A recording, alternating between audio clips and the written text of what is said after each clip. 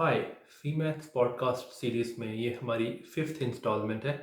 और हमारे आज के जो गेस्ट हैं वो रादर एक यंग पर्सन है। और वो पाकिस्तान की एफसी कॉलेज जो है उसमें बीएस फिज़िक्स के एक स्टूडेंट हैं। और उनका नाम है सईद मुनीब अली। सईद मुनीब अली जो हैं ये इनका जो मेजर पैशन आप कह सकते हैं वो एस्ट्रोनॉमी है। और पाकिस्तान में जितनी भी मेजर सिग्निफिकेंट आप कह सकते हैं सोसाइटीज़ या डिफरेंट एक्टिविटीज़ जो हो रही हैं एस्ट्रोनॉमी से रिलेटेड या फिर जनरल साइंस से रिलेटेड, ये उस उनमें इंडल्ज्ड हैं।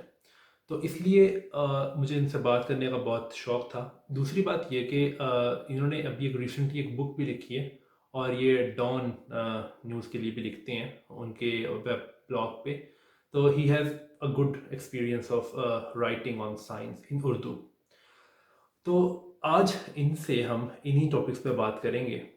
इससे पहले कि मैं पॉडकास्ट की तरफ जाऊं, मैं एक बात यहाँ पे क्लियर करना चाहता हूँ, और वो ये है कि जो पॉडकास्ट्स ऑनलाइन होते हैं उनमें कभी ऐसा हो सकता है कि चूँकि ये डिपेंड करता है कि इंटरनेट की स्पीड उस वक्त कैसी है, इंटरनेट कैसा है उस वक्त।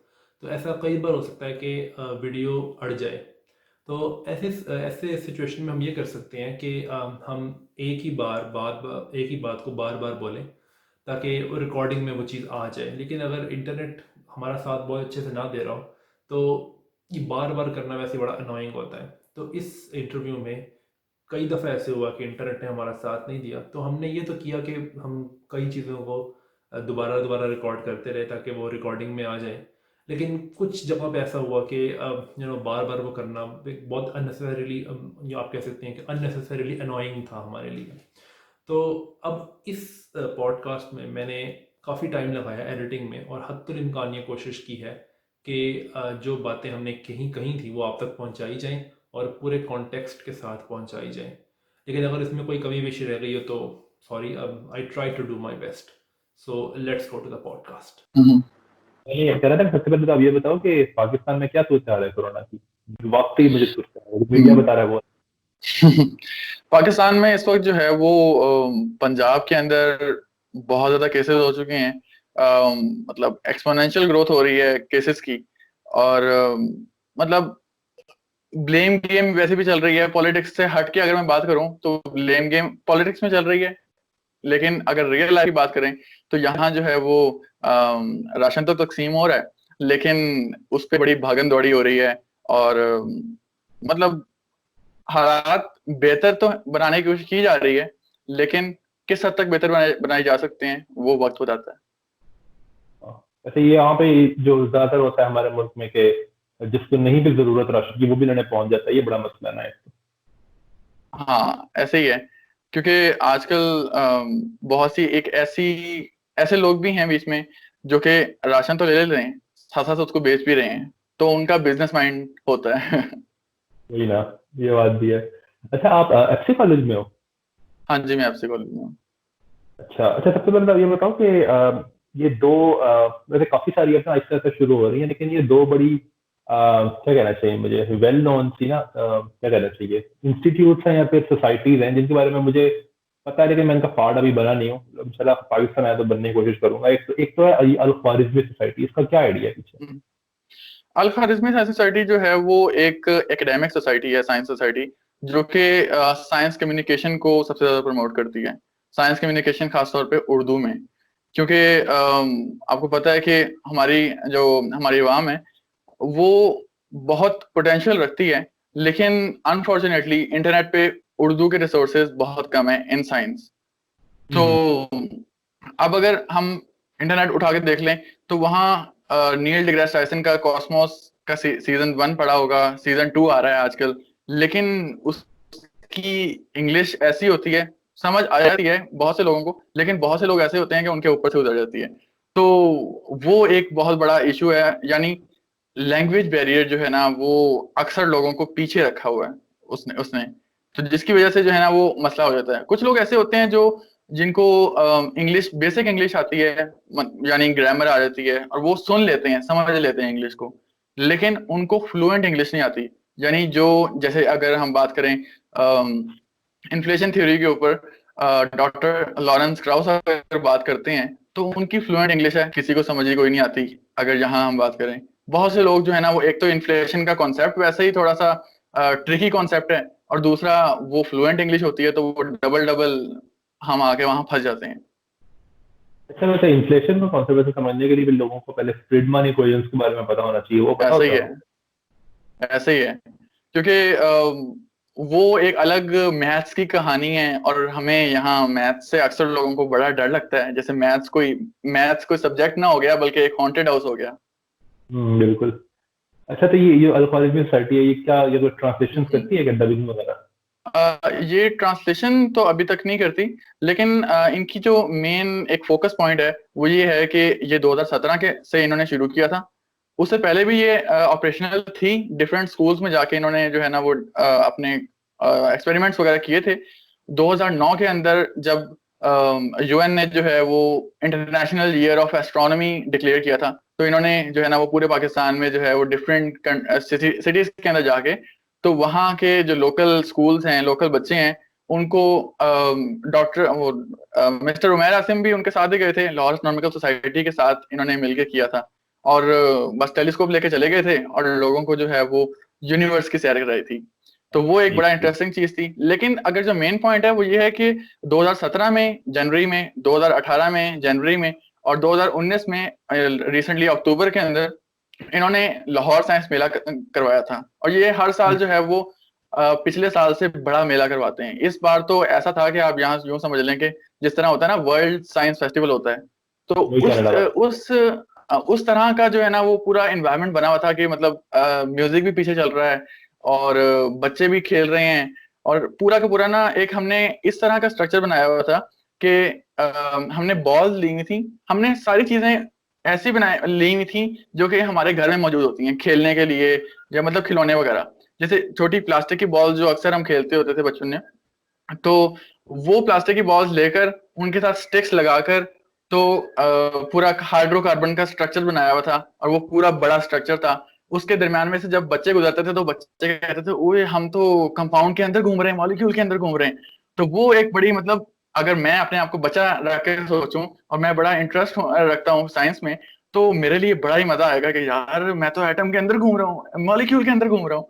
तो एक वो बड़ी अच्छा। अच्छी चीज थी। और दूसरी बात ये थी कि लास्ट ईयर तो नहीं, इस साल जो है वो हमने हमारे साथ जो है वो पिछले साल हम कोशिश कर रहे थे, बल्कि 2018 के अंदर कोशिश कर रहे थे कि किसी तरह से ना, क्योंकि ये ऐसे मेले होते हैं कि इनमें को करिकुलर एक्टिविटीज होती हैं, प्राइवेट स्कूल्स तो किसी तरह से पहुंच जाते हैं, अपनी मतलब उनको पता चल जाता है, लेकिन जो गवर्नमेंट स्कूल हैं वो उस वक्त तक हल्का सा भी 1 इंच भी इधर से उधर अपने बच्चों को लेकर नहीं जा सकते, जब तक एजुकेशन डिपार्टमेंट ऑर्डर नहीं करेगा। तो फिर उनकी ना ये खालिद साइंस सोसाइटी वालों की ये कोशिश थी 2018 के अंदर कि किस तरीके से ना एजुकेशन डिपार्टमेंट जो है वो उनसे हम राब्ता करें, और गवर्नमेंट के स्कूल के बच्चों को भी करें, क्योंकि हम प्राइवेट को देखते हैं वो तो जो है वो किसी तरह से हासिल कर लेते हैं इस तरह की एक्टिविटीज, लेकिन गवर्नमेंट स्कूल्स के बच्चे जो हैं वो ज्यादा सफर करते हैं। तो बहुत ज्यादा। कुछ ऐसा ही हुआ कि एजुकेशन डिपार्टमेंट ने 2018 की इनकी जो है वो बहुत अच्छी मीडिया आउटरीच देखकर, तो खुद ही कांटेक्ट किया इनको। और फिर जो है वो 2019 के अंदर इतना ज्यादा रश था, तकरीबन 30 से 40 हजार लोग आए थे, और उसमें डिफरेंट गवर्नमेंट स्कूल आए थे, और मतलब बहुत ही मजा आया था। और ऐसा था कि 2 दिन कहीं एक साइड पे प्लेनेटेरियम लगा हुआ है जिसके अंदर मतलब शोज चल रहे हैं, दूसरी जगह पे जो है वो कभी वो क्या कहते हैं उसे, लिक्विड नाइट्रोजन का जो है वो करिश्मे हो रहे हैं, जिसमें जो है वो हमने क्वांटम लेविटेशन का वो था कि उसके ऊपर जो है वो सुपर कंडक्टर वाला जो था, तो उसके ऊपर वो लोग बड़े देखकर हैरान हो रहे थे कि यार ये कैसे हवा में खड़ा हुआ है, ये एक पार्ट, ये जो एक चीज है वो एंटी ग्रेविटी कैसे बन गई।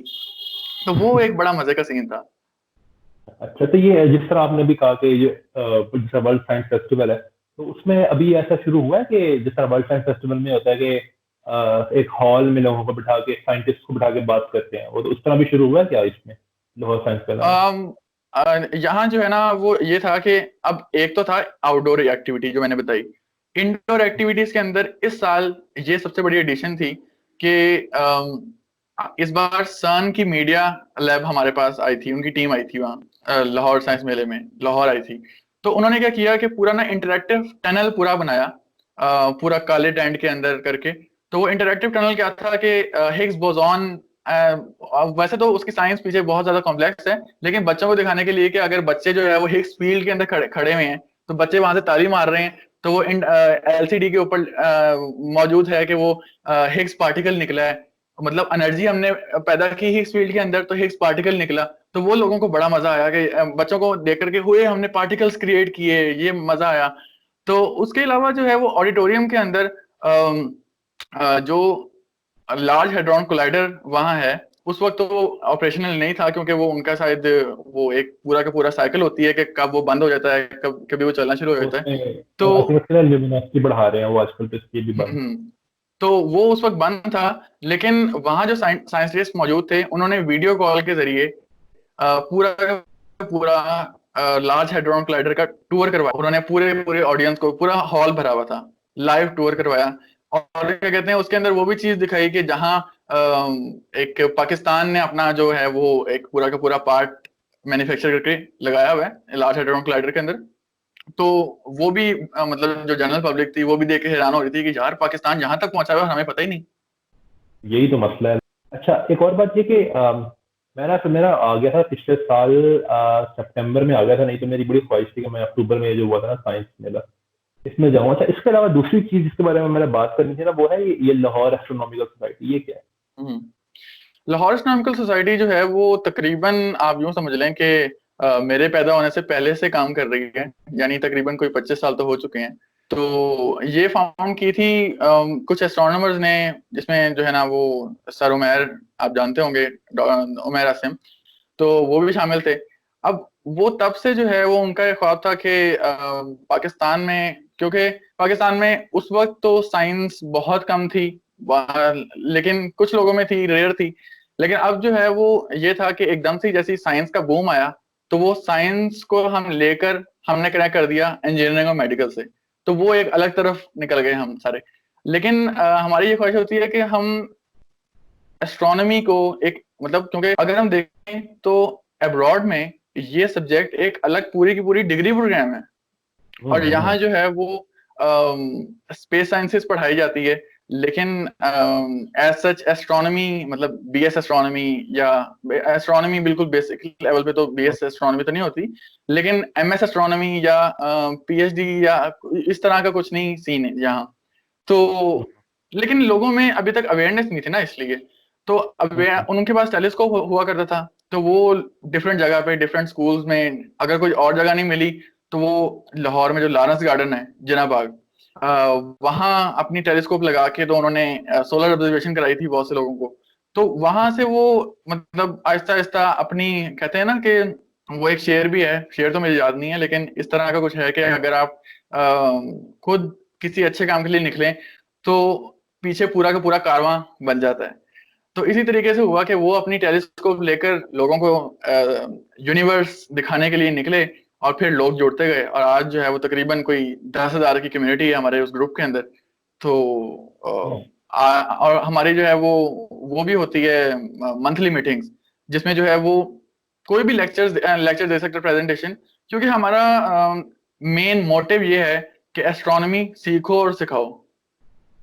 जिस तरह ये अमेरिकन फिजिकल सोसाइटी वगैरह है, इस तरह की बन रही ऐसे है। ही है, ऐसे ही है।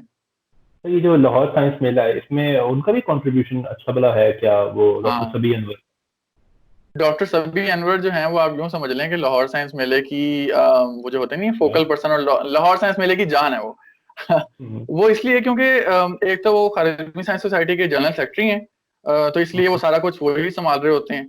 और दूसरा ये कि बहुत से ऐसे लोग थे जो कि खारिजमी साइंस सोसाइटी के जो इस इवेंट के अंदर एंटर हुए डॉक्टर सभी को जानते हुए, यानी क्योंकि डॉक्टर सभी के आपको पता है कि ऑनलाइन बहुत से लेक्चर्स मौजूद हैं, बहुत से लोग उनसे इंस्पायर होते हैं। इंस्पिरेशन की वजह से भी बहुत से लोग जो है ना वो उस मेले में आए, कि क्योंकि हमारा ये मोटिव था कि साइंस उस वक्त तक काम सही नहीं कर सकती, क्योंकि साइंस का खाली मतलब ये नहीं होता कि रिसर्च पेपर पब्लिश करते रहो करते रहो करते रहो। हम्म, साइंस जब तक उन रिसर्चेस को जनरल पब्लिक तक कन्वे नहीं करेगी, तो फिर साइंटिस्ट का काम करने का फायदा, क्योंकि कन्वेइंग वाला जो सीन था ना, वो फिर डॉक्टर सभी ने कहा कि इसको ऑन करना है पूरे मेले के अंदर, तो वही हमने किया और बड़ा मजा आया। अच्छा, ये है एस्ट्रोनॉमिकल मतलब 2 सोसाइटी जो दिन है तो लाहौर। बर्थडे भी थी 12 अक्टूबर, अच्छा अच्छा। अच्छा, 12 ये जो अक्टूबर की लाहौर, बर्थडे भी थी, तो मजा आया। मेरा बेस्ट बर्थडे गिफ्ट था ये। आज वाकई तो होगा, बिल्कुल होगा। अच्छा, ये जो लाहौर एस्ट्रोनॉमिकल सोसाइटी है, अगर किसी ने इसका हिस्सा बनना हो तो कैसे बने? लाहौर इकोनॉमिकल सोसाइटी जो है वो कोई उसका फॉर्मल प्रोसेस नहीं है एंट्री का, बल्कि आप ग्रुप का हिस्सा बने और बस शुरू हो जाएं एस्ट्रोनॉमी सीखना और सिखाना, क्योंकि मेन मकसद वही है। तो आप ग्रुप में बहुत से लोग जो हैं वो बहुत से इंटरनेशनल और नेशनल एस्ट्रो फोटोग्राफर्स जो हैं वो अपनी इमेजरी डाल रहे होते हैं, और वो साथ साथ ये भी बता रहे होते हैं कि हमने किस तरह से प्रोसेसिंग की, या मतलब चांद की बहुत जूम तस्वीरें दिखा रहे होते हैं, और ऐसे ऐसे स्टार क्लस्टर्स। हमें ये भी नहीं पता होता कि आम पब्लिक को ये नहीं पता होता कि लाहौर के स्काई से, क्योंकि लाहौर का स्काई वैसे भी लाइट पोल्यूटेड स्काई है आजकल के अलावा, क्योंकि आजकल तो वैसे भी क्लियर है, लाइट पोल्यूटेड स्काई है, जिसकी वजह से यहाँ से बहुत से स्टार्स या स्टार क्लस्टर्स गैलेक्सीज वगैरह नजर नहीं आती। तो बहुत से एस्ट्रो फोटोग्राफर्स ऐसे हैं जो कि डाटा को कलेक्ट करते हैं, लेकिन उनको स्टैकिंग या उनकी पोस्ट प्रोसेसिंग इस तरह से करते हैं कि वो एक विजिबल हो जाती है। तो पोस्ट प्रोसेसिंग भी एक पूरी एक अलग साइंस है। तो क्या कहते हैं, मैं कहने लगा था कि ये जो आपने ग्रुप की बात की है, फेसबुक का ग्रुप है ना? हाँ, ये फेसबुक का ग्रुप है, इसमें कोई व्हाट्सएप ग्रुप भी लाहौर है या नहीं? इकोनॉमिक। नहीं, व्हाट्सएप ग्रुप इतना फंक्शनल तो नहीं है। एक व्हाट्सएप ग्रुप बनाया हुआ है कुछ साथियों ने मिलके, लेकिन वो इतना फंक्शनल नहीं है जितना फेसबुक ग्रुप है। अच्छा, ठीक है। अच्छा, ये इसके मैं यहाँ पे आना चाहूंगा कि आप डॉन के लिए लिखते हैं ना? हाँ जी, मैं डॉन के लिए लिखता हूँ। तो ये एक छोटी सी बात है कि इस पे काफी सारी चीजें जो है ना, ये चूंकि मैं मीडिया के बारे से पूछना चाहूंगा कि हम्म। जब आप किसी न्यूज़पेपर के लिए लिखते हैं, तो इसमें इस तरह के चैलेंजेस होते हैं कि भाई आपके पास ये वर्ड लिमिट है, ये वर्ड नहीं यूज करने, ये वर्ड यूज करने हैं, और ये इस वक्त तक सबमिशन करनी है, बहुत सारे जो है चैलेंजेस इस तरह के होते हैं। वर्ड लिमिट का कोई मसला होता है आपको भी? अच्छा, पहली बात तो ये कि मैं डॉन न्यूज़पेपर के लिए नहीं लिखता, बल्कि डॉन जो वेब वर्जन है यानी डॉन ब्लॉग्स, उसके लिए उसमें उसके लिखता हूँ। वर्ड। उसमें जो है वो तकरीबन मिनिमम वर्ड लिमिट होती है, मैक्सिमम कोई नहीं होती। मिनिमम वर्ड लिमिट 700 वर्ड्स हैं, और मतलब इस तरह से लिखी होनी चाहिए कि मतलब कि आपको पता ही है राइटिंग स्टाइल पे हम फिर अभी थोड़ी देर बाद आते हैं, लेकिन अभी वर्ड लिमिट की बात हो रही है, तो वर्ड लिमिट जो है वो मिनिमम 700 और मैक्सिमम जितना आप चाहें। ठीक ठीक। इसकी क्या रीजन है मिनिमम 700? वो इसलिए क्योंकि अगर आप देखें ना, पूरी बात को कन्वे करने के लिए, अगर आप देखें एक एब्स्ट्रैक्ट होता है पेपर का, तो वो तकरीबन कोई 250 से 300 वर्ड्स का होता है एब्स्ट्रैक्ट, या 500 वर्ड्स हो जाता होगा। तो कभी कभी और। वो एब्स्ट्रैक्ट जो है वो बिल्कुल एक समराइज चीज होती है, लेकिन एक आर्टिकल लिखने के लिए आर्टिकल के अंदर हमारे पास जो है वो खाली समरी नहीं होती, बल्कि उसका पूरा का पूरा इंट्रो होता है ऑडियंस को एंगेज करने के लिए। फिर उसके बाद जो है वो उसकी पूरी की पूरी इन डेप्थ डिटेल होती है, जिसमें और मेजोरिटी टाइम्स जो है वो मेरे साथ ऐसा होता है कि मेरे कभी भी मुझे ये नहीं करना पड़ा कि यार मेरे तो 600 वर्ड्स हुए हैं, तो मैं कुछ सोचना शुरू हो जाऊं कि यार मैं और क्या ऐड करूं। वो हमेशा ही मेरी जो ब्रेक लगती है वो 1000 वर्ड्स पे जाके लगती है मिनिमम। ठीक। अच्छा, एक और चीज़ ये कि तो आप तो खैर खुद साइंस स्टूडेंट है ना, तो आपके साथ ये मसला नहीं होगा, लेकिन कई दफ़ा ऐसा होता है, वैसे हमारे पाकिस्तान में ये कम नहीं है, लेकिन चूंकि अब तो खैर दुनिया जो है वो ग्लोबल विलेज ही बन चुकी है। तो पाकिस्तान में कई लोग हैं जो कि फॉरेन न्यूज़पेपर्स के या न्यूज़पेपर्स के या फिर वेब पे आर्टिकल्स पढ़ते हैं। तो एक चीज़ है कि जो मीडिया हेडलाइंस होती है ना, वो हम्म। काफ़ी डिफरेंट होती हैं जो एक्चुअली उन्होंने कहना होता है, जो एक्चुअली पेपर में उन्होंने कहा होता है। जैसे कि अगर एक पेपर में ये कहा गया है कि एक सपोज करें रैट पे कुछ उन्होंने ना टेस्ट किया, हम्म। वो क्लेम कर देंगे कि ये इंसानों पे भी ठीक है, ये मीडिया की हेडलाइन होगी। तो अब हम्म। इसके बारे में कुछ कहेंगे कि कई लोगों को ना ये इस बात के बारे में कॉशियस रहना चाहिए कि जब वो साइंस के बारे में आर्टिकल मीडिया से पढ़े ना, तो उनको हम्म। हमेशा ये देखना चाहिए कि जो मीडिया के हेडलाइंस में लिखा हुआ है ना, वो हमें बिल्कुल सही नहीं है, क्योंकि कई दफा उन्होंने अ- सिर्फ ऑडियंस घेरनी होती है। ऐसे ही है, क्योंकि जर्नलिज्म हमारे में यहाँ जो आजकल जर्नलिज्म हो रहा है उसको जो है वो, मतलब मैं उसको, वो जो नाम देते होते हैं येलो जर्नलिज्म या क्या, वो इस तरह का होता है कि बस वो लोग घेरने होते हैं, अंदर अंदर खबर एक लाइन की होती है लेकिन उन्होंने पूरे के पूरे लोग घेरने होते हैं। मैं उसके एग्जांपल दे देता हूँ। अभी 2019 के अंदर जुलाई के अंदर डॉक्टर नौजेर ख्वाजा, जो कि जिस जिस नेटवर्क का मैं पार्ट हूँ, एस्ट्रोबाजी नेटवर्क, मैं जनरल सेक्रेटरी हूँ उसका, तो उसके फाउंडर हैं डॉक्टर नौजेर ख्वाजा। वो प्लेनेटरी साइंसेज हैं, साइंटिस्ट हैं, वो रिसर्चर हैं फ्री यूनिवर्सिटी बर्लिन में। तो अब वहाँ उन्होंने जो है ना वो रिसर्च की, और उसमें सैटर्न के मून एनसेलेडस के ऊपर रिसर्च की। तो आपको पता होगा कि वो एक किस्म का यूरोपा का जुड़वा भाई है जो कि सैटर्न के साथ फिर रहा है, तो सैटर्न का मून है। तो अब वहां जो है ना वो आइसी ओशंस मौजूद हैं, मतलब सब सरफेस ओशंस, और उसमें बहुत अच्छा फिनोमिनन है कि पार्टिकल जो हैं वो बनते हैं और डिफरेंट ऑर्गेनिक्स बनते हैं, वॉलेटाइल भी बनते हैं। तो अब उन्होंने वो डिस्कवर किए, और उन्होंने ऐसे ऑर्गेनिक मॉलिक्यूल डिस्कवर किए जो कि अमाइनो एसिड्स के प्रीकर्सर्स हैं, आप यूं समझ लें। यानी अमाइनो एसिड्स नहीं है, अमाइनो एसिड्स के प्रीकर्सर्स। यानी अभी प्रोटीन भी नहीं मिली, अमाइनो एसिड्स भी नहीं मिले। अमाइनो एसिड्स अभी नहीं, हमें हमें अमाइनो एसिड्स नहीं मिले, हमें जो है वो सिर्फ अमाइनो एसिड्स के प्रीकर्सर्स मिले हैं।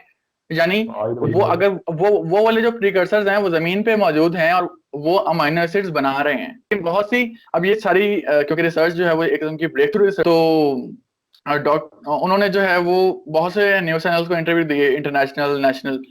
तो अक्सर मैं हेडलाइन पढ़ रहा, उसमें लिखा हुआ था कि Pakistani scientist discovered life on Saturn moon. अब वो साइंटिस्ट जो है ना, मैंने भी उनसे पर्सनली बात की कि ये क्या सीन है।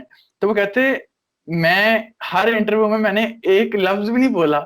और क्या कहते हैं, वो जाहिर सी बात है ना कि जर्नलिस्ट मैं यूं कहूंगा कि बड़े ज्यादा एक्साइटेड हो जाते हैं, और वो एक्साइटेड हो गए ना वो हर चीज को ओवर एक्सट्रापोलेट कर देते हैं, और जिसकी वजह से वो बात कहीं की कहीं रह जाती है। और साइंस के मामले में जो है वो बात मैटर कर रही होती है, क्योंकि अगर हम जनरल पब्लिक की बात करें तो उनके लिए तो मैटर नहीं करेगा कि लेकिन एक अगर एक साइंटिस्ट है, प्रोफेशनल साइंटिस्ट है जिसकी रिसर्च है ये, और उसकी रिसर्च को अगर गलत पोर्ट्रे किया जाएगा तो वो तो सोचेगा ना कि यार ये क्या हो गया मेरे साथ। ये तो पता होता है, साइंटिस्ट को पता होता है कि यार ऐसे क्लेम्स नहीं करने चाहिए जो सही ना हो, लेकिन अगर एक बंदा आपके क्लेम्स को डिस्टॉर्ट कर रहा है, यानी कि देखो ना वही वही वाली बात है कि मीडिया वो नहीं दिखाता जो एक्चुअल है, वो दिखाता है जो देखना चाहते हैं लोग या वो दिखाना चाहते हैं। तो इसलिए लोगों को भी काफी ना जैसे अभी लोगों को ना, हाँ जैसे अभी मैं ये तो नहीं कहूंगा कि कदीर साहब भी जर्नलिस्ट हैं, लेकिन ये है कि उन्होंने थोड़ा बहुत ट्रिक खेली थी। लोग उसको जर्नलिज्म के तौर पर समझ के शायद ये तो वाकई असल खबर है कि इंसान चांद पर नहीं गया, और 1 अप्रैल को भूल गए और लोगों ने उस पर यकीन कर लिया विदाउट एनी क्वेश्चन। तो ये जो सवाल ना पूछने वाली आदत है ना, ये बहुत ही मैं कहता हूँ कि इसकी वजह से हम बहुत पीछे हैं और नुकसान में हैं। देखिए लोग अभी कह सकते हो कि लोग उस चीज पे यकीन, ये मैंने ना आई थिंक कदीर साहब के साथ भी ये बात की थी कि ना अगर आप कोई पर्टिकुलर स्टेटमेंट दो ना लोगों को, तो लोग ये नहीं कहेंगे कि यार मैं ना इस स्टेटमेंट का सही होना या ना होना ये मैं डिटरमिन करूंगा क्वेश्चन पूछ के फिर इन्वेस्टिगेट करके। वो ये देखेंगे कि भाई ये स्टेटमेंट मुझे फील कैसा करवाती है। अगर अच्छा फील करवाती है तो वो सही है स्टेटमेंट, और अगर वो अच्छा फील नहीं करवाती तो वो बुरी स्टेटमेंट है। इसलिए तो कॉन्स्पिरेसी थ्योरीज जो हैं वो मशहूर हो जाती हैं क्योंकि वो अच्छा फील करवाती हैं। अच्छा फील करवाती है। और ऊपर से जिस तरह के अभी कदीर साहब भी कह रहे थे उस दिन पॉडकास्ट के अंदर के लोग ना ये भी बिलीव करना चाहते हैं कि यार एक एक बंदा ना सुपरमैन है, उसने सब कुछ कर दिया, एक ही साइंटिस्ट है उसने सब कर दिया। हालांकि लोगों को पता होना चाहिए कि ये गलत से जाते हैं। जिस तरह वो नहीं होता साउथ इंडियन मूवीज में, ये एक ही बंदा है बस, वो ही है, वो सब कुछ कर देगा। वो ओरडा होता है, वो स्पेस में चले जाता है। एग्जैक्टली। अच्छा आपने एक बुक भी लिखी है, उस बुक का नाम जहां तक मुझे याद नहीं आ रहा, क्या नाम था उस बुक का? उस बुक का नाम कायनात एक राज है। और उस बुक में मैं अगर बताता चलूं उसका थोड़ा सा तारुफ, तो वो ये है कि जिस जिस तरह बुक का नाम है कायनात, कायनात के अंदर सारी चीजें मौजूद हैं, तो इसी तरह उस बुक के अंदर फल्कियात से रिलेटेड, कायनात से रिलेटेड सारी चीजें मौजूद हैं। लेकिन आम फैम जुबान में अगर हमने चीजें डाली हैं तो मैंने वो डाली हैं उसके अंदर हर चीज को मैंने थोड़ा थोड़ा टच किया है, ताकि एक बिगनर जो है वो इंटरमीडिएट लेवल के लिए तैयार हो जाए, वो कैलकुलस के इक्वेशंस पढ़ने के लिए और थ्योरी ऑफ रिलेटिविटी की इक्वेशंस पढ़ने के लिए तैयार हो जाए, ताकि उसको ये ना मसला हो कि यार ये टाइम डायलेट कैसे होता है। वो टाइम डायलेशन वाला भी इसमें कॉन्सेप्ट है, लेकिन उसके अंदर मैथ नहीं घुसाया। अच्छा ठीक है। अच्छा ये अभी तक आपको कितना टाइम हो गया ये बुक पब्लिश किए हुए? ये अभी दिसंबर के अंदर पब्लिश होके तो मार्केट के अंदर आई है। तो वैसे बुक सबमिट जो है वो तकरीबन मैंने मिड ऑफ 2018, हाँ 2018, मिड ऑफ 2018 तो की जब थी। आपने ये बुक या क्या अभी आपको जाहिर आपने ये बुक पब्लिश करा होगा, पता होगा कि पब्लिशर्स के अंदर क्या ऐसी टेंडेंसी तो नहीं है कि भाई इस तरह की बुक्स तो ज्यादातर लिखी नहीं जाती तो इनको पब्लिश ना करो, लोग नहीं पढ़ेंगे? ऐसा बिल्कुल है। वो इसलिए क्योंकि ये तो चलो पूरा का पूरा इदारा था ना साइंस का, मतलब उर्दू साइंस बोर्ड, इसका ये सिर्फ साइंस की किताबें पब्लिश करता है, और वो भी उर्दू में। तो इन्होंने कर दी पब्लिश। लेकिन अगर आप लोकल पब्लिशर्स के पास जाएंगे तो वो पहले देखते होते हैं कि ऑथर की कितनी क्रेडिबिलिटी है। अगर तो वो बिल्कुल नया ऑथर है, मतलब उसने कोई भी पहली बुक ही लिख रहा है, तो बस फिर वो तो उसको मतलब साइड पे कर देंगे। क्योंकि आपको पता है ना कि ये जो पब्लिशर्स हैं इनकी पूरी की पूरी लोकल इंडस्ट्री है, और पाकिस्तान के अंदर जो है वो लोकल इंडस्ट्री जो है वो जो लेटेस्ट इंडस्ट्री स्टैंडर्ड्स हैं उनको जो है ना वो फॉलो ना करते हुए, मतलब कि वही हम जो अभी अभी भी जो है वो 20वीं सदी के अंदर आ रहे हैं इंडस्ट्री वाइज, जो फोर्थ रेवोल्यूशन को हमने अभी तक ऑन नहीं किया। बिल्कुल। अच्छा, तो ये मैं एक और कहना चाह रहा था कि चूंकि आप कह रहे हो कि मार्केट में अभी 3 महीने हो गए हैं, तो अभी तक पब्लिक का रिस्पॉन्स कैसा है? पब्लिक का रिस्पॉन्स पहले महीने तो बहुत अच्छा था, फिर उसके बाद थोड़ा सा कम हुआ, और अब जो है वो क्वारंटाइन की वजह से और भी कम हो गया। अच्छा अच्छा। तो तो लेकिन ये हाँ, अभी भी जो है वो बहुत से लोग जो हैं वो मुझे मैसेज कर रहे हैं कि सर हम लेना चाहते हैं बुक। लेकिन वो मसला ये है कि यहाँ की सारी कोरियर सर्विसेज बंद हो गई हैं कोरोना की वजह से। तो बस फिर मैं उनको फिर माजरत कर देता हूँ कि जैसे ही लॉकडाउन खुलता है तो फिर मैं भेजता हूँ। तो ये जो है ऐसा लगता है आपको कि लोग अब ये बताओ मुझे पहले कि आपको, अगर आप दिल में हो ये कि ज्यादातर जो ये बुक्स ले रहे हैं लोग, वो किस तरह के लोग हैं? कि वो कुछ साइंस स्टूडेंट्स हैं या फिर ऐसे लोग हैं जिनमें कोई ताल्लुक नहीं है साइंस से? या और फिर एक और चीज कि क्या वो लाहौर में डेवलप्ड एरियाज में से हैं या फिर पसमानदा इलाकों में से भी लोग पढ़ रहे हैं ये बुक? मैं यहाँ यूँ कहूँगा कि कुछ लोग ऐसे हैं जो कि स्टूडेंट्स हैं और वो सीखना चाहते हैं एस्ट्रोनॉमी एज उनका पैशन है एस्ट्रोनॉमी। और कुछ लोग ऐसे हैं जो बुक को ले रहे हैं सिर्फ इसलिए कि आप यूँ समझ लें कि सिर्फ चेक करने के लिए कि ऑथर किस तरह का है, या ये इस बुक में क्या ऐसा नया है जो अच्छा, हम जो है वो लें। तो जैसे कि इस पढ़ टाइप के रहे हैं हैं। वो, जो हाँ, पढ़ रहे हैं पढ़ने वो। वाले लोग हैं। यानी कि एक तो मैं ये पूछ रहा था कि कई लोग अब आजकल ना, जैसे कि जो डेवलप्ड एरियाज है ना, जैसे डिफेंस हो गया, गुलबर्ग वगैरह, यहाँ पे ना कुछ ना लोग होते हैं जिनके पास ना एक्साइटमेंट होती है, ओ ये साइंस की बुक आई है नई नई, तो ना ये लेके रख लो अपने पास, क्योंकि होनी चाहिए, पढ़ते नहीं है वो बुक इस तरह की। तो ऐसे ऐसे ही भी है, लोग होंगे ज्यादा। ऐसे ही हैं लाजमी। लेकिन बहुत मतलब जितने भी पब्लिक ने खरीदी है बुक उसमें से कुछ 1-2% होंगे। अच्छा अच्छा, फिर ठीक है, चलो फिर तो इतना कोई मसला नहीं है। अच्छा, एक और बात ये कि आपके जो हो गए, अगर सपोज करो जैसे कि मेरा अपना भी इरादा है इंशाल्लाह कुछ सालों, 1-2 सालों में मैं कोशिश करूंगा बुक लिखने की, लेकिन मेरा ये क्वेश्चन रहता है हमेशा कि क्या ये फ्रूटफुल है उर्दू में बुक लिखना साइंस के ऊपर? साइंस के ऊपर अगर तो मैं बात करूं कि मैंने जब लिखी थी वो, क्योंकि अब बुक का मकसद देखा जाता है, बुक लिखने का मकसद क्या होता है। अगर तो ऑथर का मकसद ये है कि अपने लोकल लोगों को अवेयरनेस दी जाए साइंस की, मतलब इस बुक लिखने का मकसद मेरा ये था कि मैं लोकल लोगों को जो है वो एस्ट्रोनॉमी के बारे में ब्रीफ करूं और मतलब अवेयरनेस दूं। तो इसलिए Urdu is the best in Pakistan. But अगर हम अब बात करते हैं इंटरनेशनल की, तो इंटरनेशनल मार्केट के अंदर मैं ये कहूंगा कि ये वाली बुक जो है नहीं पढ़ते लोग, क्योंकि उर्दू में है। उर्दू की जो है वो मेजोरिटी पॉपुलेशन पाकिस्तान में है, या फिर बस पाकिस्तान में ही है। तो इंग्लिश में ये है कि बुक की मार्केट डाइवर्स हो जाती है, वो इंटरनेशनल लेवल के ऊपर जो है वो खड़ी होने के लिए जो है वो तैयार हो जाती है। तो ठीक है। मेरा अगला इरादा यही है मेरा, कि मैं जो हूँ वो इंग्लिश के लिए लिखूं, इंग्लिश में लिखूं, और बस plans are big, let's see what may happen. ये सोच रहा था कि कभी कभी जैसे ज़हन में आता है ना कि इंग्लिश में बुक लिखी जाए, तो मैं सोचता हूँ यार इंग्लिश में पहले ही बहुत अच्छी अच्छी बुक्स लिखी गई हैं, तो फिर हम क्यों लिखें? ये भी ध्यान में आता है। Yes, this is something. लेकिन इसका ये आप इस तरह से भी सोच सकते हैं कि बहुत सी बुक लिखी गई हैं इंग्लिश में, बट हम्म, आप ये समझ लें कि नॉलेज का एक पूल है, उस पूल के अंदर अपनी भी तो कंट्रीब्यूशन करनी है ना। तो जी जी। वो भी एक चीज होती है कि हो सकता है कि हमने कुछ अपनी रिसर्च भी डाली हो, हम्म या फिर अपनी रिसर्च चलो नहीं डाली। फॉर एग्जांपल मैं एक स्टूडेंट हूँ, मैं क्या अपनी रिसर्च डालूंगा, लेकिन हाँ, मैं मेरे लिखने का अंदाज इस तरह से हो सकता है कि लोगों को सोचने पे मजबूर कर दे कि अच्छा यार ऐसा है तो ऐसा भी तो हो सकता है। तो वो एक हम्म। मतलब ओपिनियन बेस्ड चीज भी डाली जा सकती है।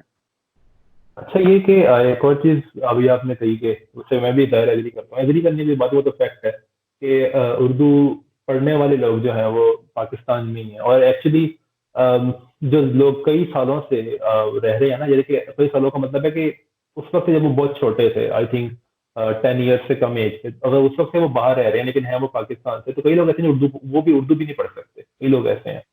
लेकिन अगर जैसे कि अभी ये सब लोग ये पॉडकास्ट कर रहे हैं, लेकिन ये जो लोग अंडरस्टैंड कर सकते हैं ना, ये पाकिस्तानी भी है, इंडियन भी है, यानी कि जो हम्म समझने वाले हैं ना उर्दू। हम्म तो मुझे लगता है कि अगर आपने अपनी बात ज्यादा लोगों तक पहुंचानी है, तो ज्यादा बेहतर ये है कि आप बुक में अपनी मेहनत डालो या फिर वीडियोस बनाओ। आपको क्या लगता है ज्यादा बेहतर अम, क्या है? मेरा अब ये है कि वीडियो इज फ्यूचर। वीडियो जो है वो डाइवर्स चली जाती है, और अगर अगर तो क्योंकि अभी जैसे हम दोनों उर्दू में बात कर रहे हैं ना, तो पाकिस्तान इंडिया के लोग समझ सकते हैं उर्दू आराम से। लेकिन अगर आपने इंग्लिश लोगों को बात पहुंचानी है, तो what you will do, you will simply add the sub title. तो वो फिर इंग्लिश के लोगों को भी चली जाएगी बात। अगर बुक आपने लिखी होगी तो बुक किसी एक लैंग्वेज में ही हो सकती है, तो हाँ। वो फिर एक अलग एडिशन लाना पड़ता है, वो फिर सब कुछ करना पड़ता है। उसकी भी ट्रांसलेशंस हो जाती हैं बहुत सी लैंग्वेजेस के अंदर, लेकिन वो उस वक्त जब आपकी बुक जो है वो बेस्ट सेलर बन जाए। यस, बन जाए। अच्छा, ये कि अभी मुझे याद आ रहा है कि मैंने अभी जो पॉडकास्ट किया था कदीर साहब से, उसमें उन्होंने कहा था कि आजकल तो बल्कि क्योंकि मेरा मेरा मैंने ना अभी शुरू नहीं किया इस पे काम। ये वीडियोस तो मैं काफी सालों से बना रहा हूँ, लेकिन ये जो है ना लिखना इंटरनेट पे, हम्म वो मैं ज्यादा नहीं करता। तो वो कहते हैं कि आजकल तो इंटरनेट पे बुक पब्लिश करना भी बड़ा आसान है। तो ऐसा नहीं हो सकता हम्म कि जो लोग ये आगे फ्यूचर के राइटर हैं, क्योंकि कई लोग आई एम श्योर के बुक लिखना चाह रहे होंगे आगे फ्यूचर में, तो वो हम्म ये यानी कि ऑन पेपर ना लिखें जिस तरह ये हार्ड हार्ड हार्ड फॉर्म में, लेकिन अब ई बुक्स लिखना शुरू कर दें, क्योंकि उनकी भी रीच ज्यादा होती है, आप भी हम्म। कह सकते हैं। उनकी जिसमें रीच एक बेशक एक ज्यादा। और एक और बात ये हम्म कि अगर कोई ई बुक लिखता है, तो सपोज करेंगे कोई इंडिया से है, ठीक है, तो वो तो डायरेक्ट कॉपी करके उसको गूगल ट्रांसलेट में कॉपी ट्रांसलेट भी कर सकता है डायरेक्ट, वो समझ सकते हैं हम्म आराम से। तो क्या हम्म। आप क्या कहोगे कि ज्यादा बेहतर ये है फिर वो है? ई बुक का फायदा तो बहुत है, लेकिन मैं पर्सनली ये समझता हूँ कि उसका नुकसान बहुत ज्यादा है। कि जब तक हमारे पास पाकिस्तान के अंदर खासूसी तौर पर, मतलब पाकिस्तान इंडिया के अंदर, आपके पास अगर वो इंटेलेक्चुअल प्रॉपर्टी के जो क्राइम्स को रिपोर्ट करना, और फिर उनको उनकी जब तक सुनवाई पॉसिबल नहीं होती, तब तक ये सोचना भी मेरे मेरे लिहाज से जो है ना वो गलत है। क्योंकि कॉपीराइट आप अभी पब्लिश करेंगे, अगले अगले ही घंटे आपकी जो है वो चीज किसी और के नाम से, किसी और की वॉल से जो है वो चोरी हुई होगी।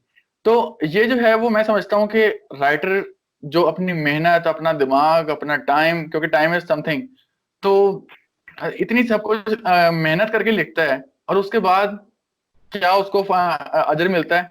लोग सीखते कम है, कॉपी ज्यादा कर लेते हैं।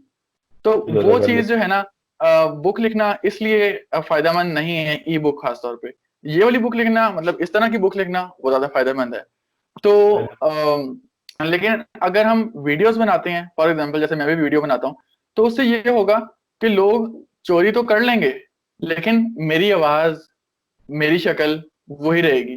क्योंकि मेरा ये मानना होता है, मैं अक्सर अपने दोस्तों से भी कहता रहता हूँ जो मेरे से बहस कर रहे होते हैं इसी टॉपिक के ऊपर, तो मैं कहता हूँ अगर तो मैं किसी चीज को किसी बंदे को लिख के दे दूंगा, क्योंकि 2017 से मैं तकरीबन साइंस की दुनिया के ग्रुप में हूँ, और तब से जो है वो रात के, उस वक्त छोटी उम्र थी और मुझे जो है ना वो बड़ी बहस करने की आदत हुआ करती थी। अक्सर मैं ग्रुप में देख रहा होता हूँ कि अक्सर लड़के वही हरकतें कर रहे होते हैं जो कि मैं 2017 में कर रहा था, कि मतलब लोगों को सिखा सिखा जरूर रहे हैं, लेकिन वो बहस पे बहस करे जा रहे हैं, बेशक वो फ्लैट फ्लैट अर्थ रहे हैं या फिर मून लैंडिंग वाले हैं लोग।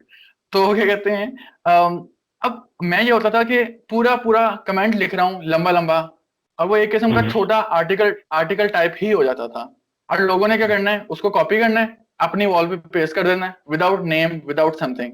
तो उससे जो है वो, मतलब मुझे होता था कि यार मैंने इतनी मेहनत करके लिखा है और इसने 2 मिनट लगाए चोरी करने में। तो अच्छा, मजे की वहां बात है से कि पढ़ते भी नहीं है, बस कॉपी कर लेते हैं, ये बड़ा मसला है। ऐसे ही है। तो ये यही बात है कि अब वो चोरी कर लेते हैं। लेकिन अब मैं ये क्या करता हूँ कि व्हाट्सएप पे हमने डिफरेंट फल्कियाती दुनिया का ग्रुप है हमारा, आसान फल्कियात का ग्रुप है, मतलब तकरीबन कोई 8-10 ग्रुप्स हैं फल्कियात से रिलेटेड, और उसमें बहुत से लोग जो है ना वो पूछ रहे होते हैं कि सर ये बता दें वो बता दें।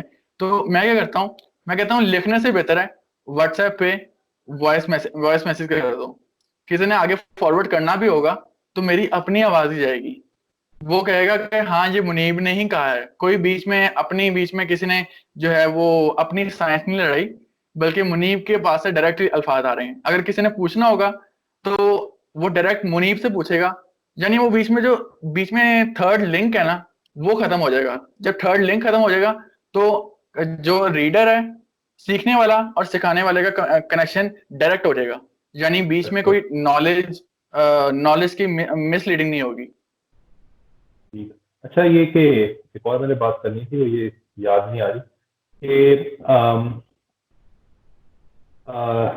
हाँ, मुझे याद आया अभी, ये जो कल दिन गुजरा है बड़ा इंपॉर्टेंट दिन था, ये ब्लैक होल की पिक्चर आई थी इस दिन में।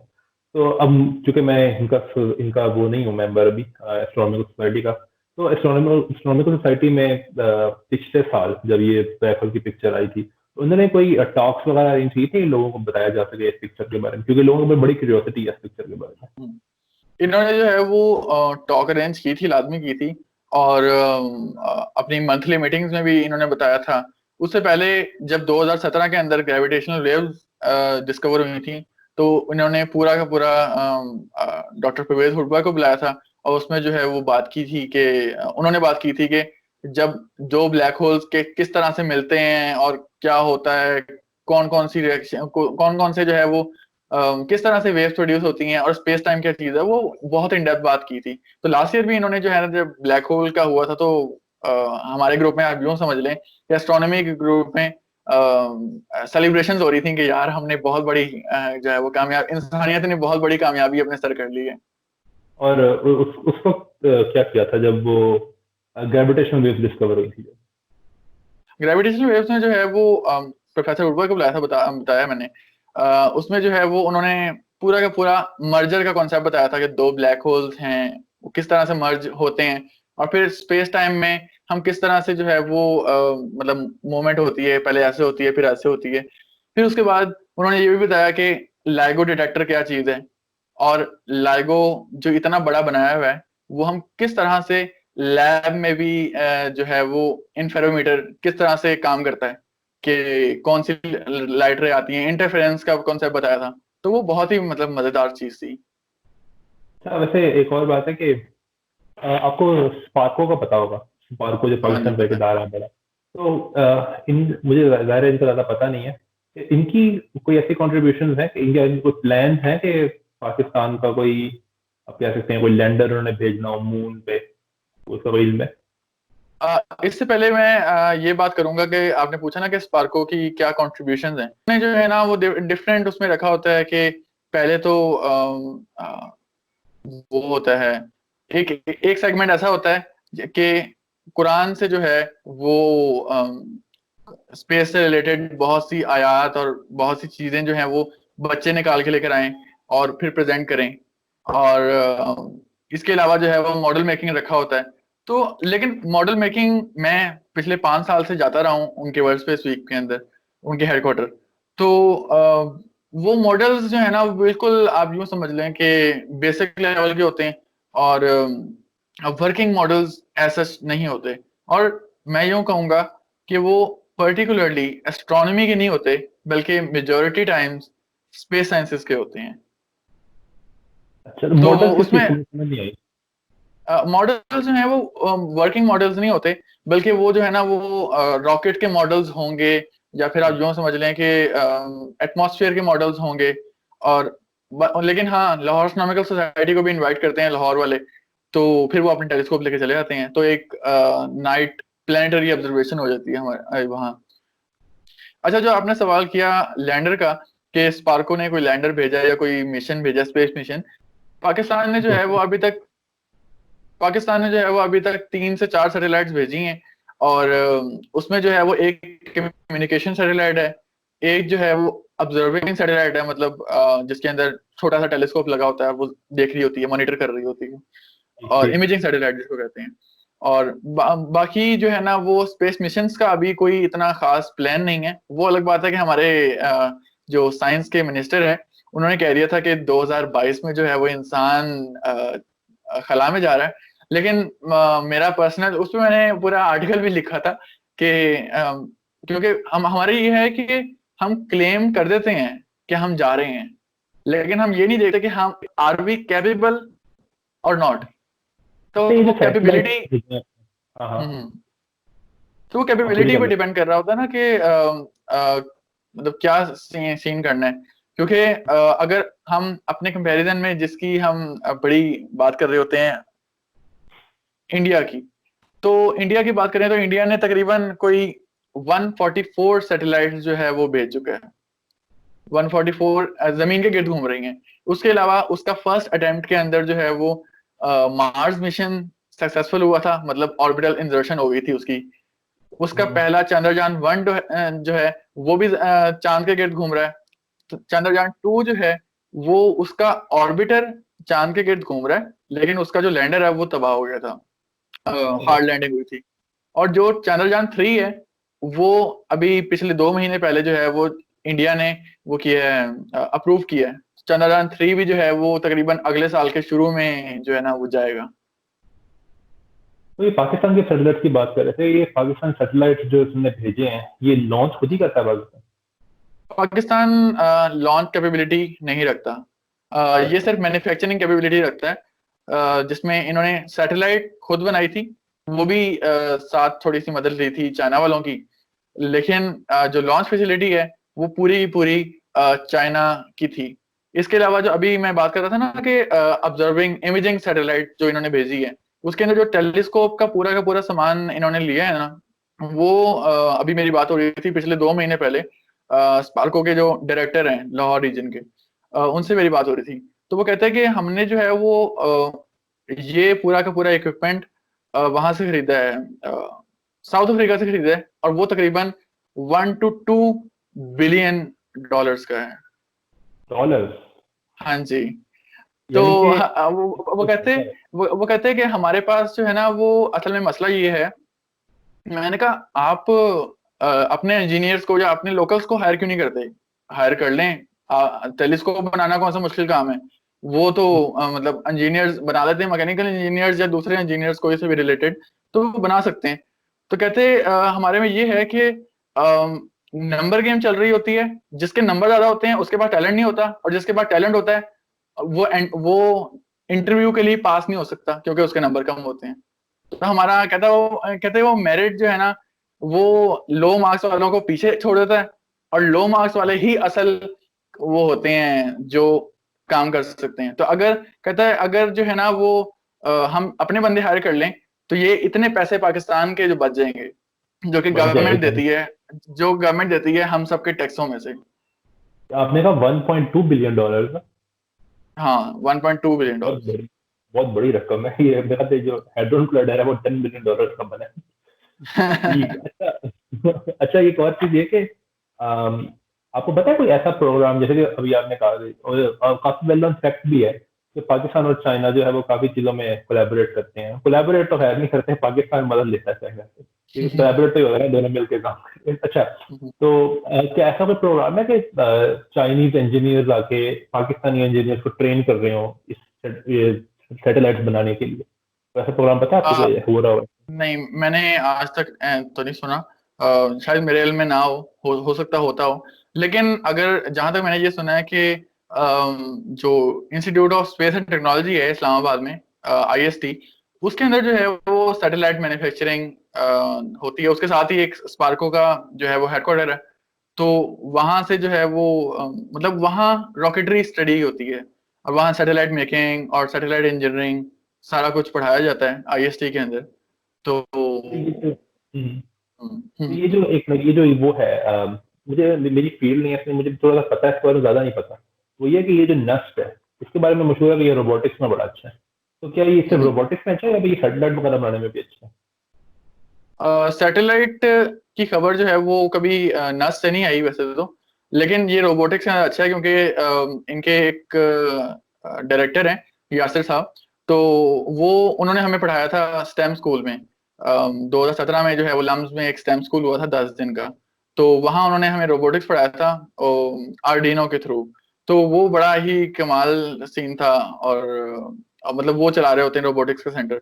और अभी रिसेंटली आपको पता होगा कि खबर आई है कि नेस्ट के जो है वो रिसर्चर्स ने किट बनाई है कोरोना की। उन्होंने की किट बनाई है? अच्छा अच्छा, हाँ मैंने शायद सुना था, ये याद नहीं आ रहा, शायद सुना था मैं। तो उसके बारे में क्या कहेंगे कि वो जो जीकी है, वो किस पे काम करती है, मतलब इस पे काम करती है रोबोटिक्स वगैरह पे? जेकी के बारे में मुझे ज्यादा पता नहीं है। लेकिन उनकी फील्ड जो है वो जो फील्ड ऑफ इंटरेस्ट है वो है इंजीनियरिंग सादा। किस तरह की इंजीनियरिंग? अ, इसके बारे में मुझे वैसे इल्म नहीं है ज्यादा। लेकिन मेरे बहुत से दोस्त हैं। तो मैं इस पे ज्यादा बात नहीं करूंगा क्योंकि मुझे इस बारे में पता नहीं है, तो फिर वो गलत ना हो ठीक जाए। है, ठीक है। अच्छा, एक और चीज़ ये कि पाकिस्तान में आपको पता होगा कि ये, जैसे कि फॉर एग्जांपल जब मैं 2014 में डिसाइड कर रहा था कि मैं, क्योंकि ना उस वक्त मेरा ज़्यादा इंटरेस्ट ना फिजिक्स में आ चुका था, तो ना मेरे मेरे तरह ये भी एक था उस वक्त दौर कि मैंने ना कॉस्मोलॉजी पढ़नी है। अब कई लोगों को मेरे आसपास पता ही नहीं था कि कॉस्मोलॉजी क्या होती है। हालांकि मेरे एक जानने वाले स्पार्को में भी है, उनको भी नहीं पता था कॉस्मोलॉजी क्या होती है, उनको तो पता होना चाहिए कुछ हद तक, लेकिन नहीं पता था। ठीक है, तो ये अब कई लोगों ने ना एज अ टैबू देखना शुरू किया इसको कि यार ये क्या इंटरेस्ट लेकर आया बंदा। वो कई लोग मुझे कहते हैं भाई यूईटी में मैकेनिकल, मेरे फादर के कहने पे मैंने टेस्ट भी दे दिया, पास भी हो गया, लेकिन मैं लेने नहीं गया था। तो पाकिस्तान में ना ज्यादातर लोगों में ये इंटरेस्ट या तो उठता नहीं है, या तो उठने नहीं दिया जाता कि आपने इन चीजों में भी जाना है, जैसे कि एस्ट्रोनॉमी, कॉस्मोलॉजी, जिनके वो फील्ड समझ जाती हैं, जिनके जिनके बारे में पाकिस्तानी लोगों का ख्याल ज्यादातर ये है कि यार इनका क्या फायदा। ठीक है ना, वो पता होगा अच्छे से। हम्म, बायोलॉजी फिजिक्स के बारे में भी यही है जो मेरी अभी फील्ड है। ठीक है। अच्छा, तो हम्म, आप कुछ कहना चाहोगे लोगों को जो कि इन चीजों इन अब शायद प्रोबेबली इस फेज में हो अभी कि हम्म। इन ख्वाबों को मार दो, ये कभी नहीं हम परस्यू कर सकते। एक बात तो ये, और दूसरी बात ये कि फॉर किनको एग्जाम्पल मैं अपने, मार दो, किनको हाँ, मार दो, इस किसको ख्वाब मार को दो? मार दो, एस्ट्रोनॉमर बनने के अच्छा, ख्वाब को अच्छा। मार दो, कई लोग मार देते हैं। और एक और दूसरी बात ये कि मैं अपने एक्सपीरियंस बता सकता हूँ कि जब मैं इन चीज़ों को पढ़ रहा था, फॉर एग्जाम्पल मैं फिजिक्स में जब आया था तो मैंने ब्रीफ हिस्ट्री ऑफ टाइम पढ़ के आया था। ठीक है, तो जब वो चीज़ें मैं वहाँ देखता था कि रिलेटिविटी हो रही है, स्ट्रिंग थ्योरी, क्वांटम मैकेनिक्स, तो मेरे ध्यान में ना एक ख्याल आता था कि यार ये तो कोई और ही दुनिया जहाँ पे ये काम होता होगा, पाकिस्तान में तो ये काम नहीं होता। हालांकि अब जो है हालात काफी बेहतर है, जैसे कि आप बता रहे हैं, लॉ एस्ट्रोनॉमिकल सोसाइटी भी है।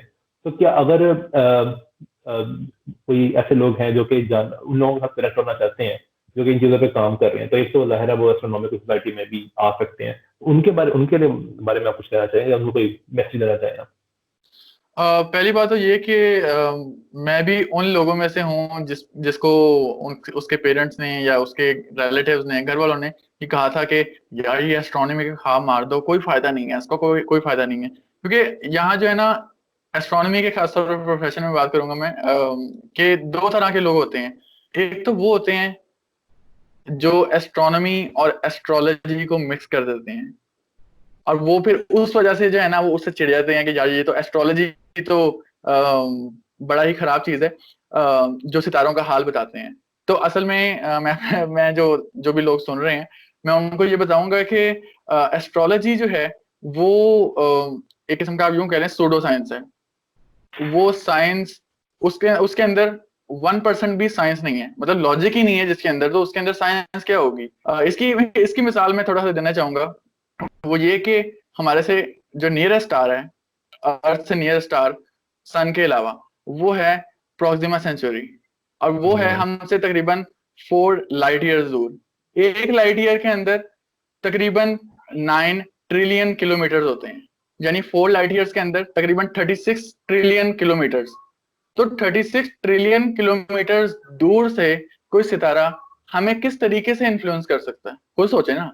तो सोचने वाली चीज है। तो पहली बात तो ये कि astrology is not science, is non science and is nonsense.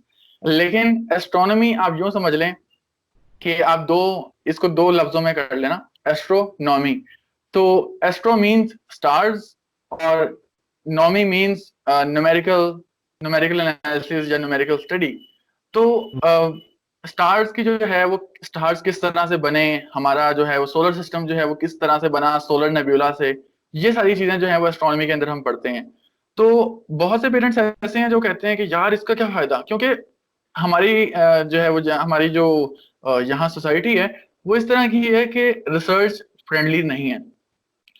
और यहाँ जो है ना वो रिसर्च को हम समझते हैं कि यार एक बूढ़ा बाबा है जो जिसके जहां यहाँ तक बाल हैं, और वो ना बस ऐनक लगा के, तो वो 70 साल का हो गया, वो लैब में लगा हुआ है, काम कर रहा है, उसको कोई पैसे भी नहीं मिल रहे, उसको कुछ भी नहीं हो रहा, उसको फायदा ही कोई नहीं हो रहा। हमारा यहाँ फायदे से मुराद है मटेरियल, यानी मटेरियल मतलब वेल्थ। तो अगर, और यहाँ रिसर्चर्स को ना बड़ी ही मुश्किल से जो है वो कोई भी चीज कहीं भी फेलोशिप वगैरह मिलती है। बाहर की यूनिवर्सिटीज जो हैं वो for example different research opportunities कर रही होती हैं ऑफर, और उनको जो है वो अच्छा खासा स्टाइपेंड भी मिलता है। लेकिन यहाँ जो है वो थोड़ा सा ट्रेंड डिफरेंट है कि यहाँ स्टाइपेंड जो है वो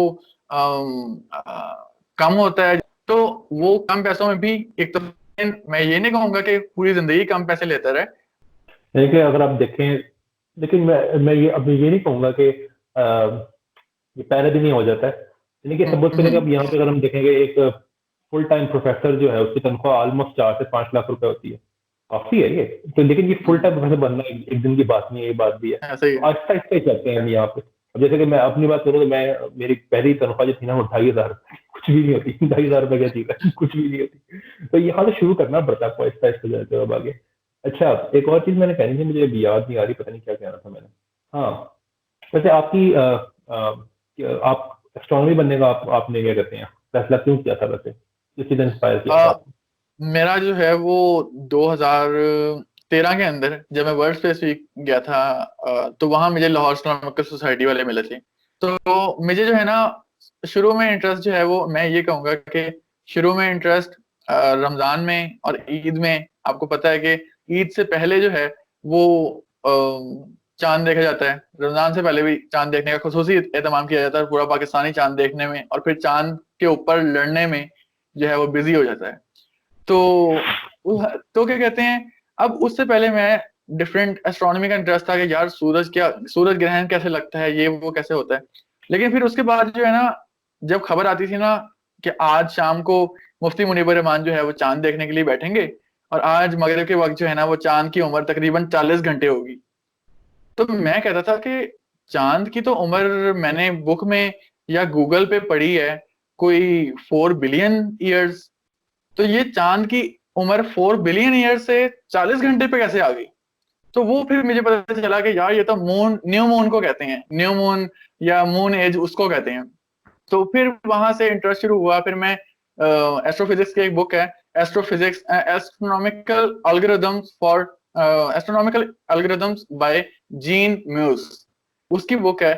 तो वो पूरी की पूरी ना मैथमेटिकल डेरिवेशन है। मुझे कोई मैथ नहीं आता था उस वक्त एस्ट्रोनॉमी का, खासतौर पे डेरिवेटिव, ये कैलकुलस वगैरह कुछ भी नहीं आता था।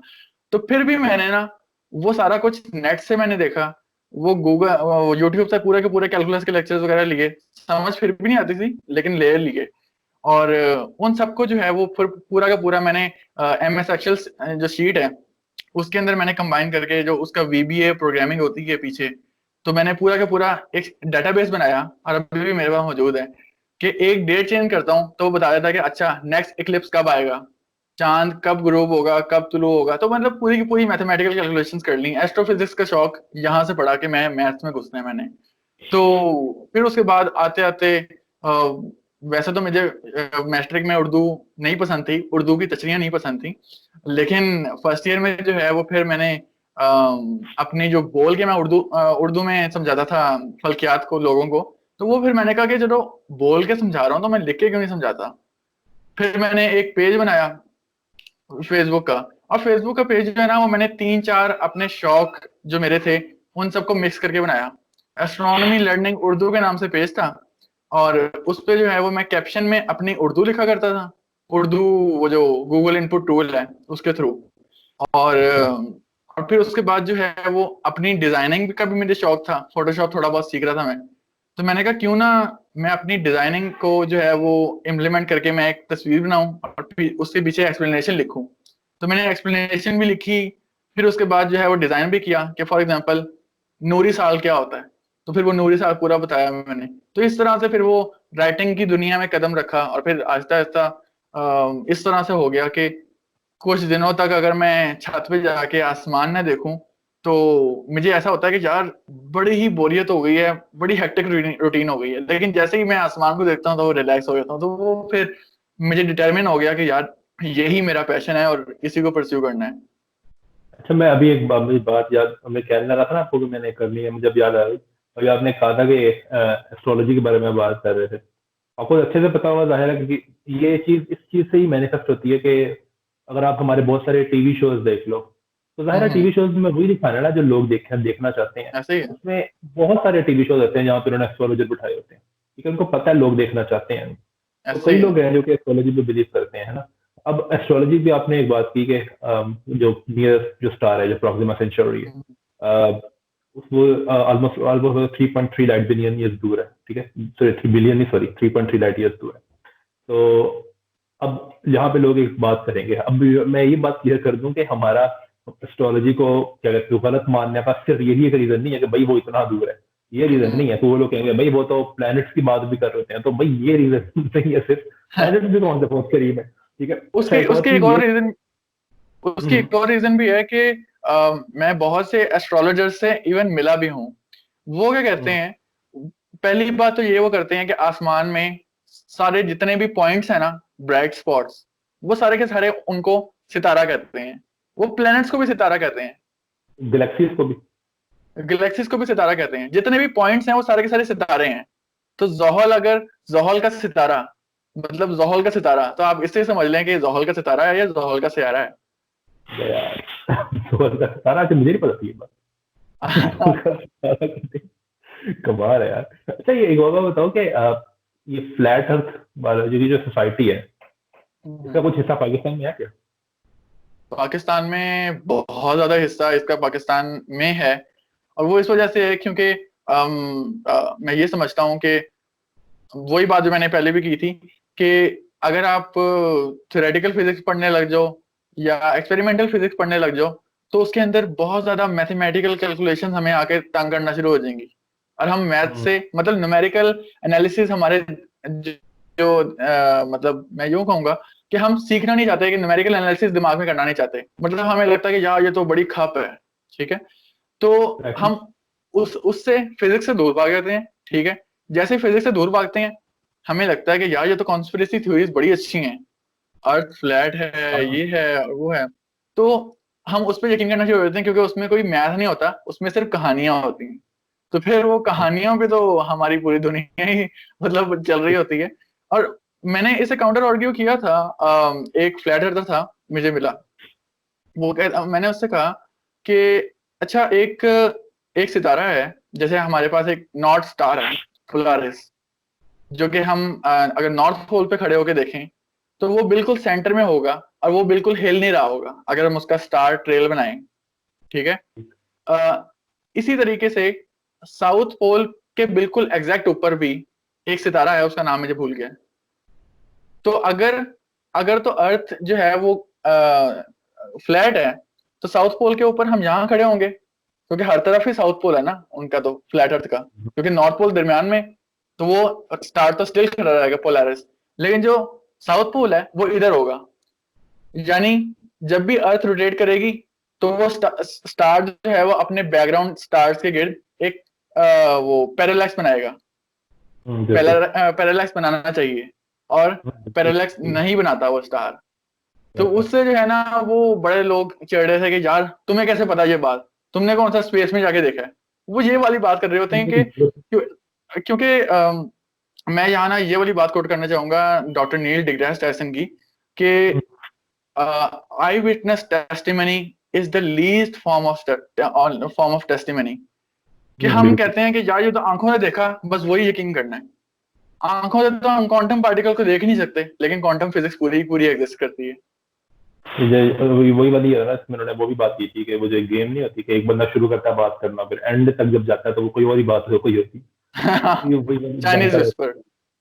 हाँ एग्जैक्टली, वही वाली। तो अच्छा, एक मैंने फ्लैट अर्थ का पूछना था, और एक मैंने बात और पूछनी थी कि अच्छा एक बात बताओ कि आप एफसी कॉलेज में आप बीएस किस चीज में कर रहे हो, फिजिक्स में कर रहे हो? हाँ, बीएस फिजिक्स। तो जो एफसी कॉलेज है, आप में से और यूनिवर्सिटीज में गए भी होगे ना, कुछ आपको कुछ हद तक आपको आइडिया होगा।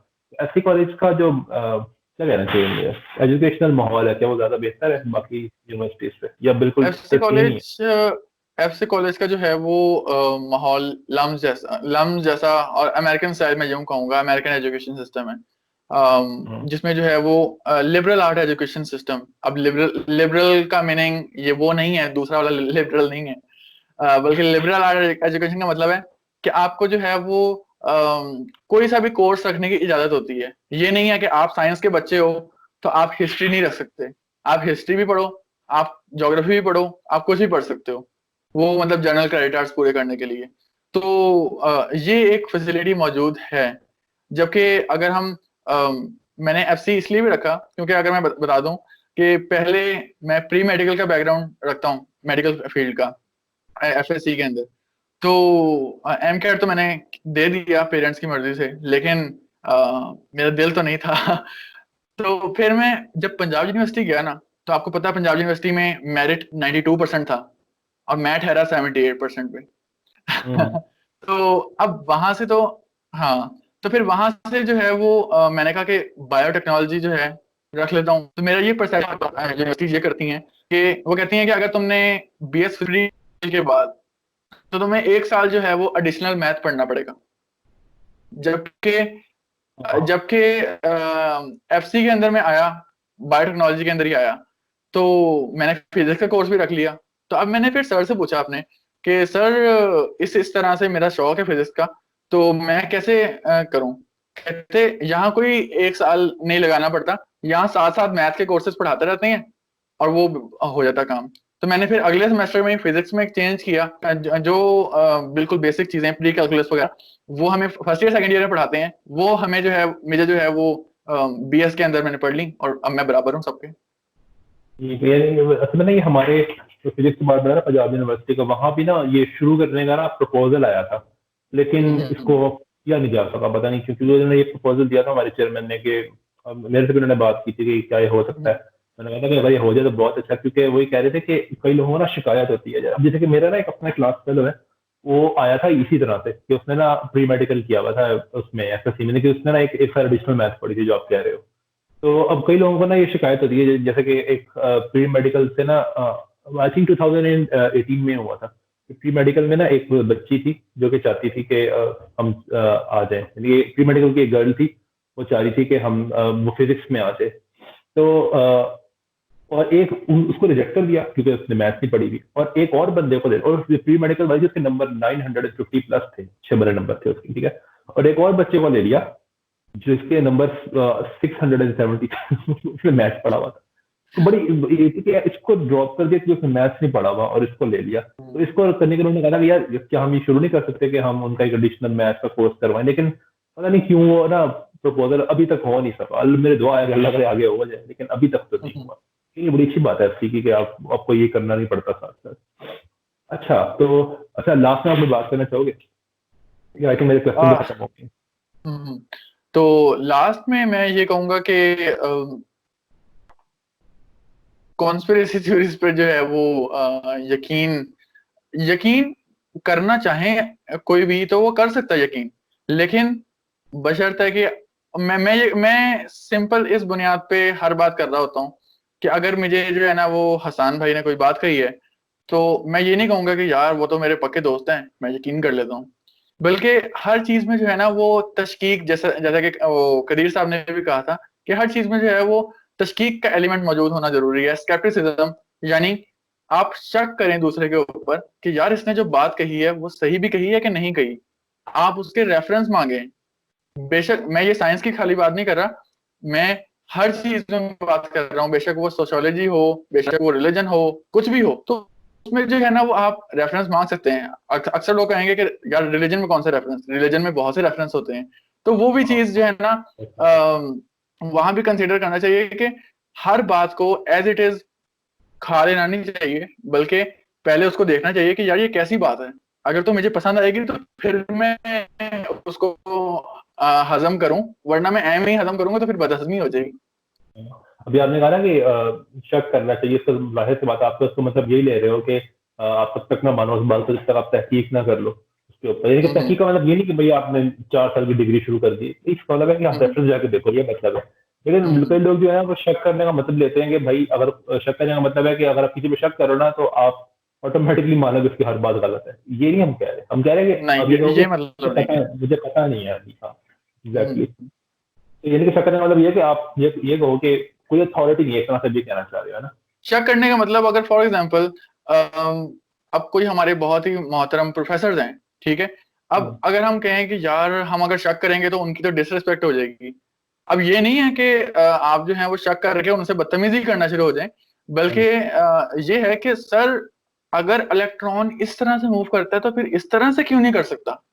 अगर वो उनके पास लॉजिक होगी, और वो लॉजिक ये नहीं कि बस वो अगर अगर वो अगला बंदा ये कहे यार तुम्हें नहीं पता बस हो सकता है, तो बस का मतलब है फिर बस, वो ऐसे ही है। तो इसलिए जो है ना तो वो प्रोफेसर, अगर, हाँ एग्जैक्टली, हाँ, होता है ना लॉजिकल फिर एक्सप्लेनेशन इज जज। इम्पोर्टेंट हाँ, फॉर एनीथिंग।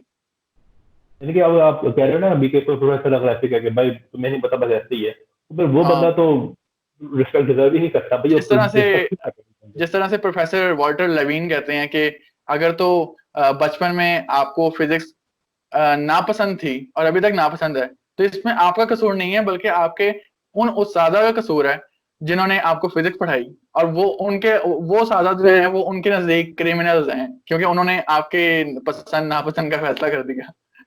यानी कि अभी एक और मैं बात कहूँ कि कई लोग अभी आपने कहा ना कि अगर हम प्रोफेसर को कहेंगे कि भाई आपने अभी कई लोग पता है क्या, आपको अच्छे से पता होगा, जाहिर आप भी बीएस कर रहे हो, कि अगर कोई ना प्रोफेसर ने गलती कर दी है ना, और वो जेन्युइन गलती है, भाई इंसान से हम्म गलती हो सकती है, और ऑलमोस्ट सब स्टूडेंट को पता होगा यार ये गलती है, यार वो ना उनके मुंह से आवाज नहीं निकलती, हम्म पता नहीं क्यों। अब उनके पास पता होनी चाहिए कि अगर आप कह दो ना कि आपने गलती की है, तो वो प्रोफेसर डंडा नहीं निकाल देगा, वो पढ़े लिखे लोग हैं, वो यही कहेंगे thank you for pointing out, और सही कर देगा गलती। लोगों में ये पता नहीं का मतलब, लेकिन वो आवाज नहीं निकलती। लेकिन वो इसलिए भी होता है क्योंकि अक्सर इंस्टीट्यूट के अंदर डंडा निकाल भी लेते हैं। हाँ हाँ, वही तो मैं कह रहा हूँ, ऐसे है ना बीच में प्रोफेसर, लेकिन फिर तो वही समझ नहीं तो आती उनकी वजह से प्रोफेसर। बस सिस्टम खराब हुआ हुआ है। बिल्कुल सही कह रहे हो आप। यानी कि कई लोग हैं जो आप सही कह रहे हो कि ना, कई लोग बाकी इसको प्रोफेसर को अपने डिसरिस्पेक्ट समझते हैं, मुझे समझ नहीं आती है वो प्रोफेसर किस तरह के हैं, उनको पता होना चाहिए भाई इंसान से बिल्कुल गलती हो सकती है। एक अच्छा बात तो यार बस मैं ये कहूंगा, एक बात बस मैं ये कहूंगा, छोटी सी बात है, वो ये कि कभी भी इस चीज में शर्म महसूस नहीं करनी चाहिए आई डोंट नो कहने में। कि अगर आपको कोई चीज नहीं पता तो आई डोंट नो, जरूरी नहीं है कि उसकी बाल की खाल निकालना शुरू हो जाओ, बल्कि अगर आई डोंट नो कह दोगे तो आपके ही इल्म में इजाफा होगा। हो सकता है अगर आपका आई डोंट नो लिखा देखकर अगला बंदा कोई रेफरेंस आपको दे दे, तो फिर आपके इल्म में इजाफा हो जाएगा। तो ये बात। देखिए, वो अभी ये आपने बात जो भी कही ना, ये हमने उसमें भी कही थी, वो जो कदीर साहब का पॉडकास्ट नहीं है, उसमें ना ये हम्म बात भी बड़ी बड़ी गहरी बात है, बल्कि आई थिंक इस एक बात के ऊपर पॉडकास्ट हो सकता है कि लोगों पे ना ये टेंडेंसी है कि वो ना ये कभी नहीं कहेंगे कि मुझे नहीं पता। ये पता नहीं कितना मुश्किल क्यों है लोगों के लिए कहना। अगर आप हम्म किसी सपोज करो कि ना किसी राह चलते बंदे से, जिसको बिल्कुल नहीं पता कि स्टार शाइन क्यों करते हैं, फ्यूजन वगैरह के बारे में नहीं पता उसको, अब उससे जाके पूछना कि यार ये तारा क्यों चमक रहा है, तो वो ये कभी नहीं कहेगा कि मुझे नहीं पता, वो कोई ना कोई एक्सप्लेनेशन दे देगा आपको। उनके पास आज इसका आंसर होना चाहिए बंदे के पास, यार कि अजीब सी टेंडेंसी है, वो समझ नहीं आती, पता नहीं क्यों है ऐसे। गलत कहने से बेहतर है आई डोंट नो कह दो। हाँ वही ना, आई डोंट नो क्या, क्योंकि अगर एक आप ज़ाहिर साइंस स्टूडेंट हो तो आपको तो पता ही होगा इसका कुछ हद तक। लेकिन जो आम पब्लिक है ना, उसको ना साइंटिफिक कम्युनिटी का माहौल नहीं पता कि साइंटिस्ट हम्म, काम ही नहीं कर सकते जब तक वो ये ना कहेगा आई डोंट नो। वो अगर ये कहना शुरू ना करें तो फिर वो काम ही नहीं कर सकते, सिंपल सी बात। ऐसे ही है। बिल्कुल। ऐसा कोई और बात तो नहीं कहना चाहोगे आप, ये बस लास्ट में क्वेश्चन तो मेरे नहीं खत्म बस हो गया था। मैंने यही बातें कहनी थी, जो थोड़ी बहुत इम्पोर्टेंट बातें थी, क्योंकि इन्हीं से ही जो है ना वो, अगर यही बेसिक असूल आ जाए ना, क्योंकि आपने अभी साइंटिफिक कम्युनिटी की बात की, तो मैं ये बताता चलूं कि साइंटिफिक कम्युनिटी के अंदर जो है वो अगर आप फॉर एग्जांपल कहते हो ना कि एक दो प्रोटॉन्स के दरमियान में स्ट्रॉन्ग न्यूक्लियर फोर्स होती है, हम्म। और कोई दूसरा बंदा कहे कि नहीं ये तो कोई और फोर्स होती है, ये होती है, तो कोई भी बंदा उसको बेशक उसको 100 बंदे मान रहे हो, लेकिन अगर उसको साइंस जो है वो लॉजिकली डिस्प्रूव कर दे, तो फिर उसकी जो है ना वो मतलब कोई वुकत नहीं रहती, क्योंकि जब एक चीज हकीकत ही नहीं है तो बेशक जितनी मर्जी चैम गोइयां करते रहो, खैर है। जिस तरह आपको पता होगा अच्छे से कि स्टीफन हॉकिंग ने कहा था कि हिग्स बोसन कभी डिस्कवर नहीं होगा।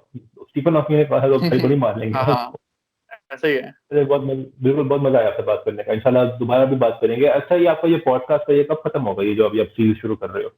ये एस्ट्रोबाजी नेटवर्क के थ्रू शुरू किया जा रहा है, और इसमें जो है ना वो हम डिफरेंट टॉपिक से बात करेंगे, और अभी जो रिसेंटली टॉपिक आपने देखा होगा कि साइंस, मजहब और सोसाइटी के तनाजुर में हमने बात करनी है, तो हम डिफरेंट लोगों को बुलाएंगे, जिसमें पहले तो डॉक्टर सलमान हमीद हैं, लेकिन हम जो है वो साइंटिस्ट को, मजहबी स्कॉलर्स को, इन्फ्लुएंसर्स को, मतलब उनका ओपिनियन जानेंगे कि वो किस तरह से सोचते हैं और क्या सोचते हैं। तो अभी जो है वो हम उनसे, डॉक्टर सलमान से इंटरव्यू लेंगे, और फिर उसके बाद जो है वो ऑन एयर होगा, और इसी तरह से फिर चलता रहेगा सीरीज, क्योंकि इस पॉडकास्ट सीरीज के अंदर जो है वो हम डिफरेंट टॉपिक्स के ऊपर बात करेंगे, जिसमें जो है वो अभी अभी तो फिलहाल कोरोना चल रहा है, लेकिन फिर उसके बाद कोई नया टॉपिक भी आ जाएगा। तो हम्म। बस मकसद ये है कि गुफ्तगू के थ्रू जो है वो बाकी ऑडियंस जो है वो सीखे। ठीक ठीक। चलो ठीक है, बहुत मजा आया आपसे बात करने का, इंशाल्लाह दोबारा भी बात बहुत करेंगे। बहुत अल्लाह शुक्रिया। हाफिज। अल्लाह अल्लाह हाफिज। हाफिज।